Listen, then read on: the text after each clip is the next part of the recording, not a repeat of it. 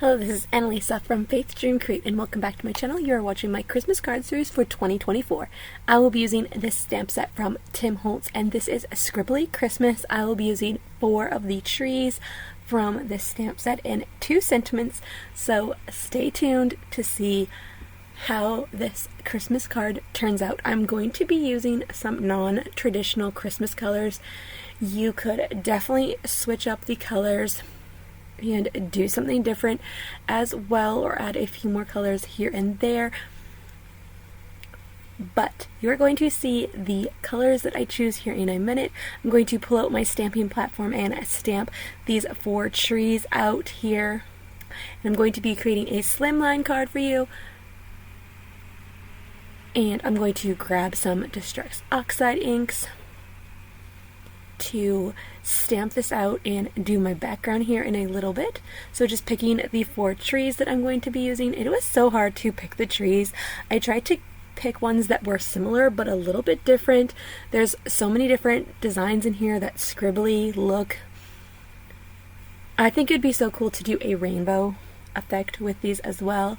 But as you can see, I am using pink, and I'm going to heat emboss this after so that I can do some watercoloring in my background and get a bit of resist. So with the embossed effect, I can have the watercoloring resist that area, and I really like how it turned out as we go along. So just stamping these out until there is full coverage and all of the scribbles, all of the details in each tree are stamped out, and then I'm going to grab out Ranger Clear Embossing Powder to go over this, and then I will heat set that with my heat tool, and I will get that raised look, and we can do some watercoloring.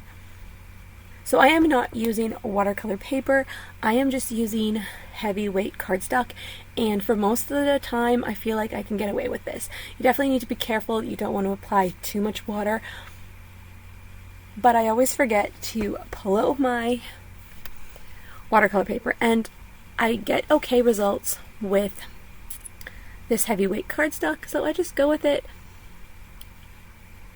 So now I'm going to melt this. I love this effect. I love to see this come together. The melting is just so magical, how it shines and it raises it up. I'm loving the pink Christmas vibe. What kind of tree do you put up? Do you put up the traditional green tree, or do you get a real tree? I have a flocked fake tree, the green with the flocked white on it, and then we have a green tree that is older, and we have it outside in our undercovered area, and we just put on like Christmas lights out there because all of the Christmas lights are burnt out, so we decided to just put it outside and get a new tree for inside, because we were buying so many lights for the tree every year as they like burnt out, or we had to like restring the tree inside. We just decided we'll string a few lights on the outside tree and have a new tree inside. So all of the stamping is done for the trees, and now I'm just stamping 2 sentiments from the set, Oh Christmas Tree and Merry Christmas. There's so many sentiments in this stamp set. You have these 2, then Merry and Bright, Happy Holidays, Season's Greetings, Winter Wonderland, and then they all repeat in a script font, so you have like more bold script and then a handwriting font. So I'm just embossing those sentiments as well, and then I will melt those and we can move on to the background. And this was really fun to create. I didn't really know where I was going with it. At first, I had an idea in my head, and I just went with it, and you're going to have to stay with me for the process. Do you ever have an idea in your head,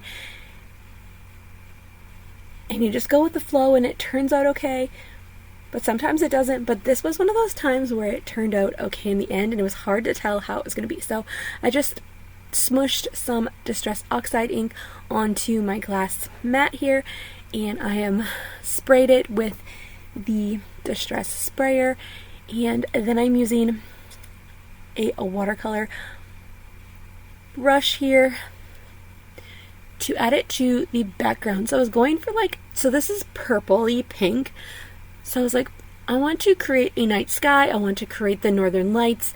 I have never really created this before. So it's kind of just going with the flow. Didn't know how much I wanted to do. And sorry I'm off camera a little bit, but you are seeing what I'm doing. So just kept on adding in the color until I was happy with it, and you're going to see me add in another color here in a little bit. And it doesn't look like much as we're going along, but you have to keep working with your project. Don't give up just yet. Allow it time to dry. Allow yourself to walk away from your project if you need to, and that will help it dry as well. So here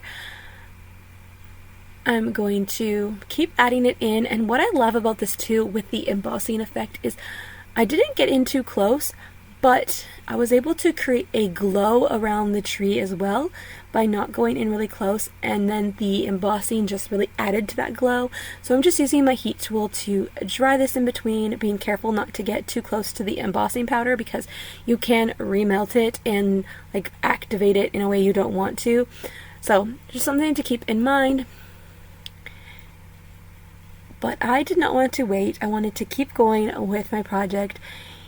And I do bring in a paper towel at the end as well. You could definitely use a paper towel to dab off the extra water throughout the whole process.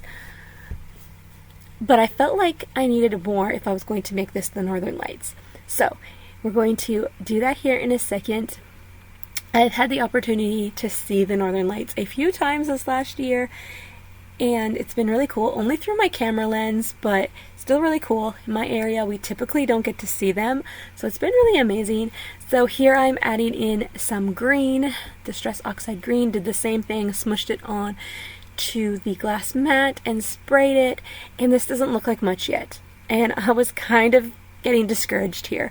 I was like, oh no, I've wrecked it. What have I done? But I just kept going with it, kept adding in color, and then I just started spraying it.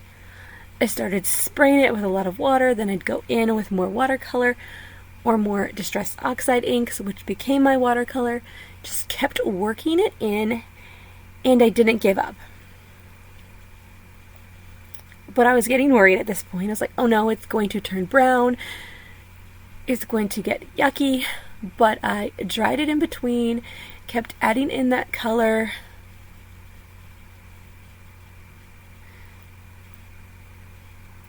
And just kept working with it, added some more of the green.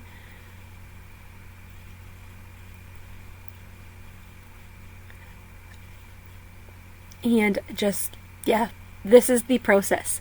Sometimes it's not going to look exactly how you imagine it right away, but just keep working with it. So I just dried it in between, tried to soften out the green, make it subtle, but make it stand out as well. It depends on the intensity of the Northern Lights too. Like, is it really bright in the sky, or is it dimmer? So you gotta just keep on making it work for you. And let the ink do its job. So then I decided to come down below here and add some of the pink down below. I do end up covering this up with some white embossing powder to create another effect and kind of give that white effect that is raised. But I totally could have left it the way it was with the pink at the bottom. I think that would have been really, really cool too. But I wanted to differentiate between the Northern Lights, the sky, and then the bottom. I wanted there to be snow on the bottom here, and then the Northern Lights in the sky to be the focal point amongst the trees that are there. I felt like these lines were still just not flowing the way I wanted them to, so I'm going to keep on adding that color. This was quite the process, but by continuing to add that color in, I think it really turned out great in the end. You'll have to let me know. I feel like there's so many different ways and techniques to capture the northern lights in like art form, and it's how your imagination takes it. So here is the paper towel that I was saying I was dabbing off the ink, and here I'm trying to add in the color, but it was still pretty wet, so I just come in with some picket fence distress oxide ink so I can see where it's actually not oxide, it's just distress ink. There is no oxide for that. Just adding it in so I can see where it's going, and then I'm going to use the white embossing powder, and then I go in with the Ranger Emboss It pen in the sky, do some scribbles, do some dots so that it's like snow. Just trying a few different things, just experimenting. And I really like how the white in the sky turned out. It's like the snow and the wind are flowing through the air on a cold winter's night. And just melting the snow at the bottom. I really love how this turned out. Brings the white in, and then you have the effect of the embossing. So cool. This card was definitely a process, and I really didn't know where I was going with it. I just kept getting ideas, and I just kept going. And I love the creative process.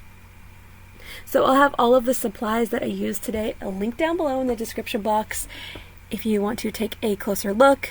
I need to go back and update a few links on some of my older videos for sure, but I'm going to try and link everything down below for you. So as you can see, I'm adding in those swirls and those dots, and then heat setting those and adding the embossing powder in. It was hard to find where I had drawn on, though, I have to admit.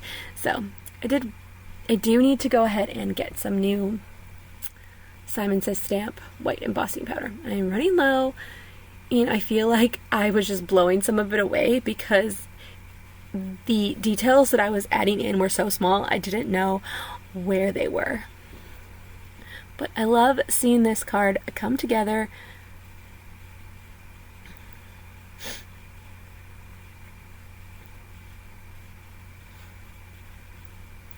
I think it turned out so fun. So off camera, I did create a background or a border around this card panel. It is the silver background here. So then I'm just using my Sweet Petunia glue press, and I have Barely Art glue in there. I'm just using this to add it to my card base. And then that will finish up the card, and I will show you a close-up of the finished card. And I'm really excited how this card turned out. I love the pink and the non-traditional Christmas cards and the white vibe in here. And I think it's really fun. All of the different elements come together to create this really fun pink Christmas card. So here is the card close up with all of its effects. Thank you so much for watching today's video. If you liked it, give it a thumbs up and consider subscribing to my channel. I would love to have you join me here, and hopefully I can inspire you along the way. Here on my channel, I share card making, Bible journaling, and DIY projects, and I recently started doing junk journaling, so I'll hopefully have more videos that are junk journaling related in the new year. So definitely stick around, and I will see you in the next one. Bye for now.